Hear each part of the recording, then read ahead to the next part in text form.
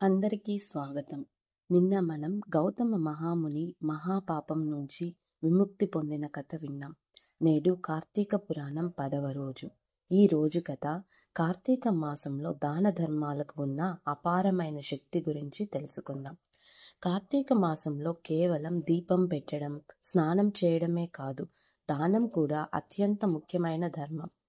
పురాణం ప్రకారం ఈ మాసంలో చేసిన అనువంత దానం కూడా మేరు పర్వతమంత ఫలితాన్ని ఇస్తుంది. అయితే ఈ దానాల విషయంలో ఒక పాపం ఉంటుంది. దాన్ని చేసిన వారు ఎన్ని వ్రతాలు చేసినా ఫలితం దక్కదు. ఆ పాపం ఏమిటంటే దానం చేసే వారిని నిందించడం లేదా అపహాస్యం చేయడం. పూర్వం అదానవుడు అనే ఒక వ్యక్తి ఉండేవాడు. పేరుకు తగ్గట్టే అతను దాన ధర్మాలు చేయడం అంటే ఏమాత్రం ఇష్టం లేనివాడు. అంతేకాదు, కార్తీక మాసంలో ప్రజలు భక్తితో దానాలు చేస్తుంటే వారిని చూసి నిత్యం పరిహసించేవాడు. వీరు ఎంత మూర్ఖులు!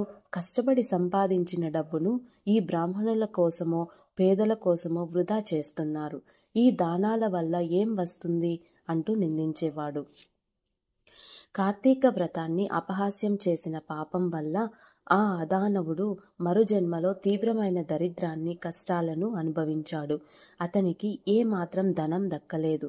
చివరికి తినడానికి తిండి కూడా దొరకని హీన స్థితికి చేరుకున్నాడు.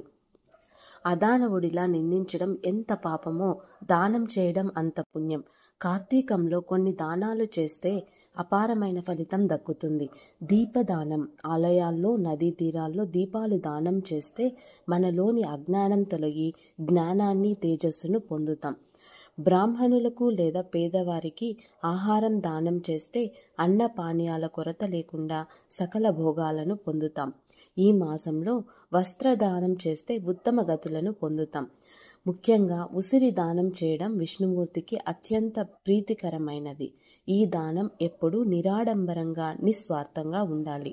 ఇది దానం చేస్తున్నాను అనే అహంభావం ఉండకూడదు. చూశారుగా కార్తీక పురాణం 10వ రోజు కథ యొక్క సందేశం ఏమిటంటే ఈ మాసంలో వ్రతం ఆచరించడం ఎంత ముఖ్యమో నిస్వార్థంగా దానం చేయడం కూడా అంతే ముఖ్యం. అంతేకాదు, దానం చేసే వారిని ఎప్పుడూ నిందించకూడదు. నిందించడం మహాపాపం. ఈ రోజు నుంచి మీకు తోచినంతలో దానం చేస్తూ మీ వ్రత దీక్షను పరిపూర్ణం చేసుకోండి. రేపు 11వ రోజు కథలో ఉత్థాన ఏకాదశి మహత్యం, శ్రీ మహావిష్ణువు యోగా నిద్ర నుంచి ఎలా మేల్కొన్నారు అనే అత్యంత ముఖ్యమైన వృత్తాంతాన్ని తెలుసుకుందాం.